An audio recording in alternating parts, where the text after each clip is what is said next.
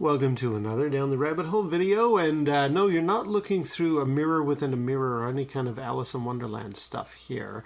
What we're looking at is my original stabilizer. This is the X-Cam that I got a little while ago, and that is my video where I unboxed it. And the reason we're doing that is because I got a new stabilizer, and I wanted to discuss why I got a new one.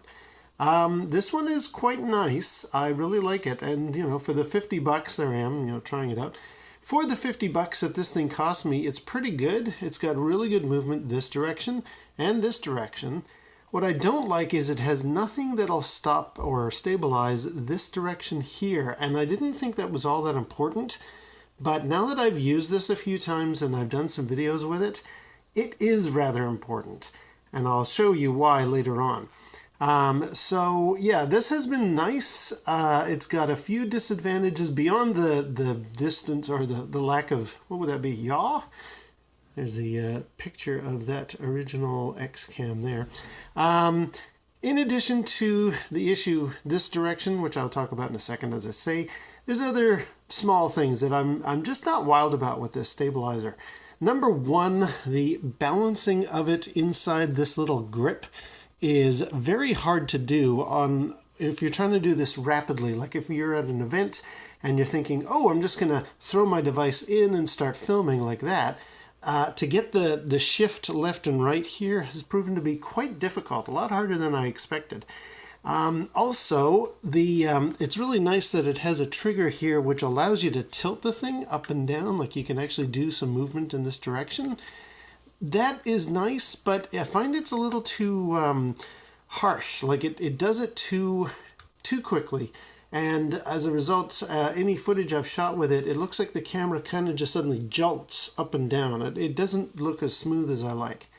And the third thing I don't like about this, sorry about the camera nudge there, this light, let's just tilt that up a bit. The light here that was used to kind of indicate it's being used is way too bright. I've had to put a piece of tape over it because in some footage I was noticing there was like a blue hue on stuff that I was recording, and I just thought, no, that is not going to work. That's not for me.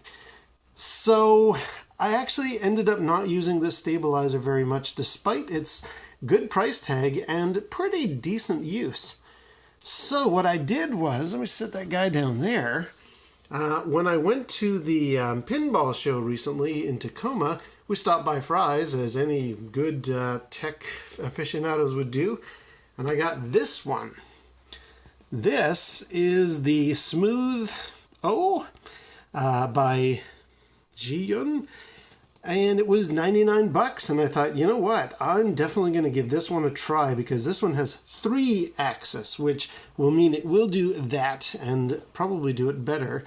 And I think it will also be a step above, like as nice as that one was, I think this one's going to be better. So let's unbox it and try it out.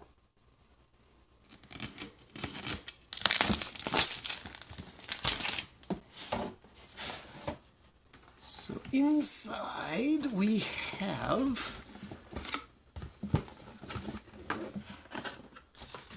the stabilizer, some wires, various connectors, and some instructions, which I'm sure will be very useful. Let's just have a look at this guy to begin with.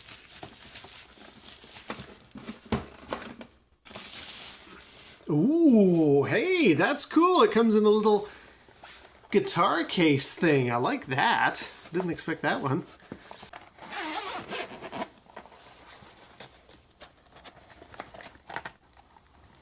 Ooh, oh, very nice.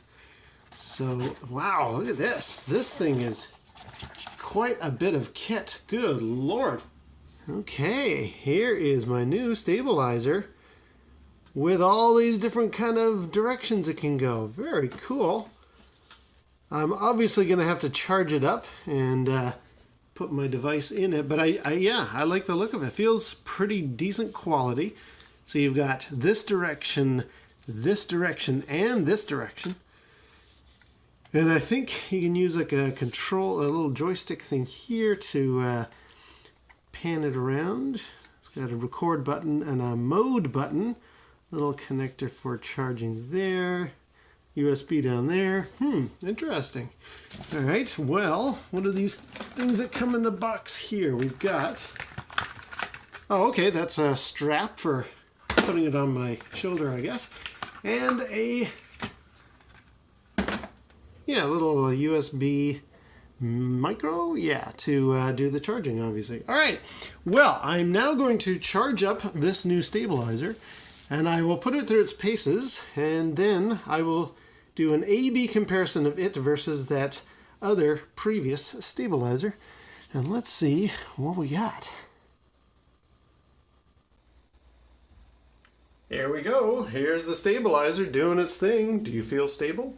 Turns out I was wrong. It's not Smooth O, it's Smooth Q. So that little weird logo, it's trying to be a Q. Yeah, this is it. It's working. It's 3-axis, so we've got, let's see, we got that direction there, perfectly fine. We got that direction there, perfectly fine. But the big one, the one that I was always having a problem with, is this direction here. And you can actually see there's the controller clicking or blinking away. What that is, it's got a couple of neat features. I really like this, first of all, and I'll just have a look on the viewfinder while I'm doing this. I can tilt quite easily, and it's a smooth tilt. That other one, far too jarring. And I can pan side to side like that. That's kind of neat. With this button here, I can change the mode. So what you're in right now is, I think, locked mode, where no matter what I do here, and no matter what I do this way, the camera is always going to point in the same direction at all times. If I change it to, I can't remember, pan following, I think it is. If I do that, it should change the blink. No, it's this one.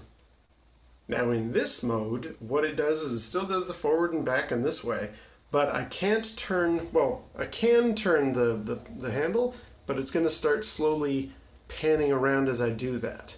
So one version is kind of locked into place at all times. The other one is it'll sort of follow my hand movements. I guess this would be handy for like panning around stuff.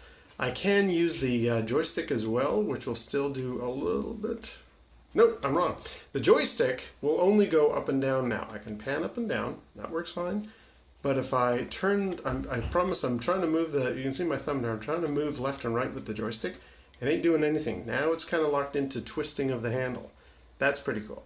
And I think there's also that mode that I've seen, like Bangkok Ian on his stabilizer. If he sets it down and he moves his head, it'll track his head and like actually do like a face recognition keeping in the center thing. I think it's got that. That also requires downloading the app to make that work. Let me just move this so you can see the stabilizer a little bit better. Yeah, that one I think requires using the app, and I don't know that I really want to use the app. This works perfectly fine for my purposes. I think I'll be happy with this. We'll see. So I might mess around with that. Now, I want to do the big test. Let me just take you out of that mode. Yeah, okay. The big one always was, the reason I didn't go for that, or I didn't end up using, before I say about that, putting the camera in was a heck of a lot easier. I don't have to do the weird balancing thing to make it so that it's at least level before I turn the thing on. I just slid it in, and it seems to know how to keep the thing at a decent level. So that's good. I like that. But the other thing is, the other little stabilizer gimbal thing, the problem was, yeah, that's great and that's great, but it didn't do this, and that turns out to be very, very critical to its use. I'm now going to show you exactly why that is.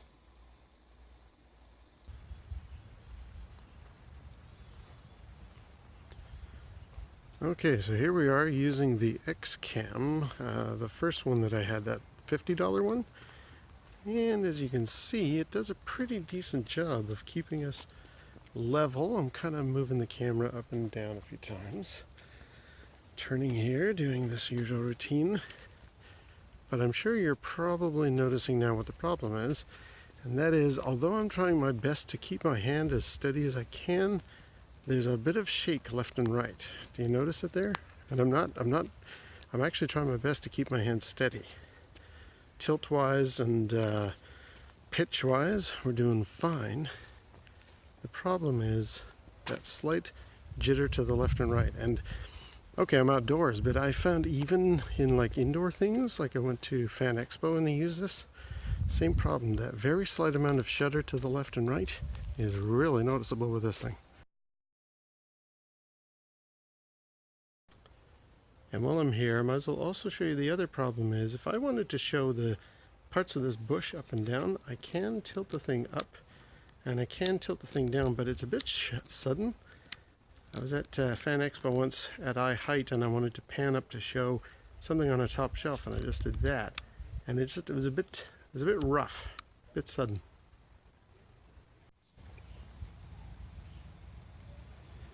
And here we are doing the exact same thing with the Zoom Q, and I'm hoping this is a lot smoother of a ride. It certainly looks like it so far in the camera. And if I do this pan over here, I'm hoping this does walk a little bit nicer.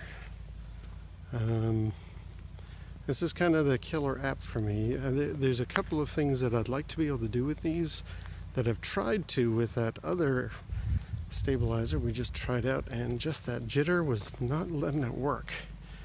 Now again, I'm outdoors on a slightly uneven path, so that may have a factor on the jitter, but I want to just see left and right how we're doing here. This, I'm hoping, is a lot better. I'm just trying my best to walk as smoothly as I can. How's that look? And now for the little bush test. If I pan up with the thumbstick, that looks just like it would be a little bit smoother, a little bit nicer on the eyes. And if I wanted to pan down, yeah, that just seems a little bit nicer for watching purposes, I would say. Yeah. So what do we think? Does that look better? I hope so. I guess I'll know when I review this footage. Well, the proof is in the pudding. I have now reviewed that footage, and my goodness, what a big difference this this stabilizer makes. I like it. I'm very, very happy with it. The Smooth Q. I called it the Zoom Q outside. It's actually the Smooth Q. Really like it. Love this container, this little carrying case. The thing about this, I'm definitely going to have to use the shoulder straps, which are inside the box there. I did try just seeing if it would fit in my shorts, and as you can see, it does, but it kind of sticks out and looks very weird. So yeah, this isn't going to be that portable. I think I'm going to have to sling this thing around my back or something like that. But people ask, hey, is that a very small guitar you're carrying? But yeah, the Smooth Q, it's very nice, very professional results. Very happy with this. Love how smooth that turned out. 99 bucks. Now that was US, and when I talk about how the other stabilizer only cost me 50 bucks, that was Canadian. So this was, let's say about 130 Canadian versus the 50 Canadian I paid for that, the cheaper white one. And honestly, it's like 10 times the quality of stabilization. So very, very happy with this unit. One area I'm a little bit concerned about in the instructions here, there's quite a lot of discussion about maintaining the battery. They talk about here, discharge the battery to 40 to 65% if it will not be used for over 10 days. This can greatly extend the battery life. And that's nice, but man, there's a lot of references to the battery. Talking about if you do not charge the battery if it's very warm, discharge the battery to 5% or lower if carrying it on an airline flight. There's a lot of discussion about the internal battery on this thing, and it's got me a tad worried. Now, maybe the company, Zhiyun, is just being a little bit conservative, given that there's been all that talk about cell phones exploding on flights. You know, maybe they just want to double down on safety, which I appreciate. I really like that. I was a bit worried, well, all these references to keeping it at certain lower percentages of battery, how the heck am I going to know? The good news is it actually does tell you right on here, the battery indicator, which is that. There's a light right there. It's not lit right now because I haven't turned it on, but it does blink. And it says here, a quick flash 4 times means that the battery is at 76 to 100%. If it does it 3 times, it's at 51 to 75%. If it flashes 2 times, it's at 26 to 50%. And if it flashes 1 time, it's at 1 to 25%. So at least I will have a good indicator of just how much battery there is left. And I will make sure if I'm not using this thing for 10 days, I'll be sure to discharge it. But I'm very, very pleased. I like my purchase, and I highly recommend the Zhiyun Smooth Q 3-axis smartphone stabilizer. You will be noticing a lot of my footage in upcoming events looking a lot nicer, I hope. Anyway, until next time, we'll see you down the rabbit hole.